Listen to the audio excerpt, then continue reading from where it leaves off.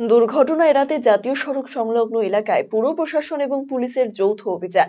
উল্লেখ্য, ডালখোলা বাইপাসের উত্তর ডালখোলা এলাকায় সার্ভিস রোড থাকা সত্ত্বেও জাতীয় সড়কে থাকা ডিভাইডারে বেআইনি কাট বানিয়ে সেদিক দিয়ে যাতায়াত করা হচ্ছিল বহুদিন, যার কারণে নিত্যদিন দুর্ঘটনা ঘটছিল। এছাড়া বাইপাস সংলগ্ন এলাকায় রাস্তার অনেকটা অংশ দখল করে দোকান করে ব্যবসা চালিয়ে আসছিল একাধিক ব্যবসায়ী।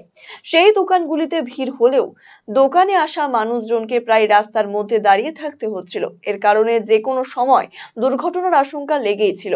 এ নিয়ে উত্তর দিনাজপুর জেলা প্রশাসনের পক্ষ থেকে পুরসভাকে রাস্তা দখল মুক্ত করা এবং বেআইনি কাট বন্ধ করার ব্যাপারে জানানো হয়। জানিয়ে বিগত দিনে পুরসভার পক্ষ থেকে বাইপাস সংলগ্ন দোকানগুলিতে দোকান পিছিয়ে নেওয়ার সময়সীমা বেঁধে নোটিশ দেওয়া হয়। বুধবার দুপুরে পুলিশ প্রশাসনের উপস্থিতিতে পুরপ্রধান দোকানদারদের সাথে কথা বলেন। পাশাপাশি পুরপ্রধানের উপস্থিতিতে অস্থায়ীভাবে ডিভাইডারের কাট বন্ধ করা হয়।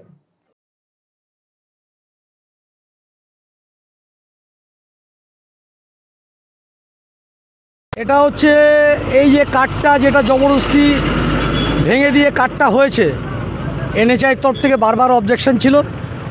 ডিএম সাহেব আমাদের রোড সেফটির মিটিংয়ে ডিএম সাহেব বলেছেন যে চেয়ারম্যান সাহেব এই কাটটা যেটা হচ্ছে অ্যাক্সিডেন্টাল কুপোজিশন, এনএচআই থেকে বারবার বলছে এটা কাটটা যেন ব্লক হয়ে যায়, এর জন্য আপনি ব্যবস্থা নিন। এনএচআইয়ের সাথে কথা বলে ডালখোলা পুলিশ প্রশাসন, আমরা কাউন্সিলর, আমরা সবাই এখানে আছি।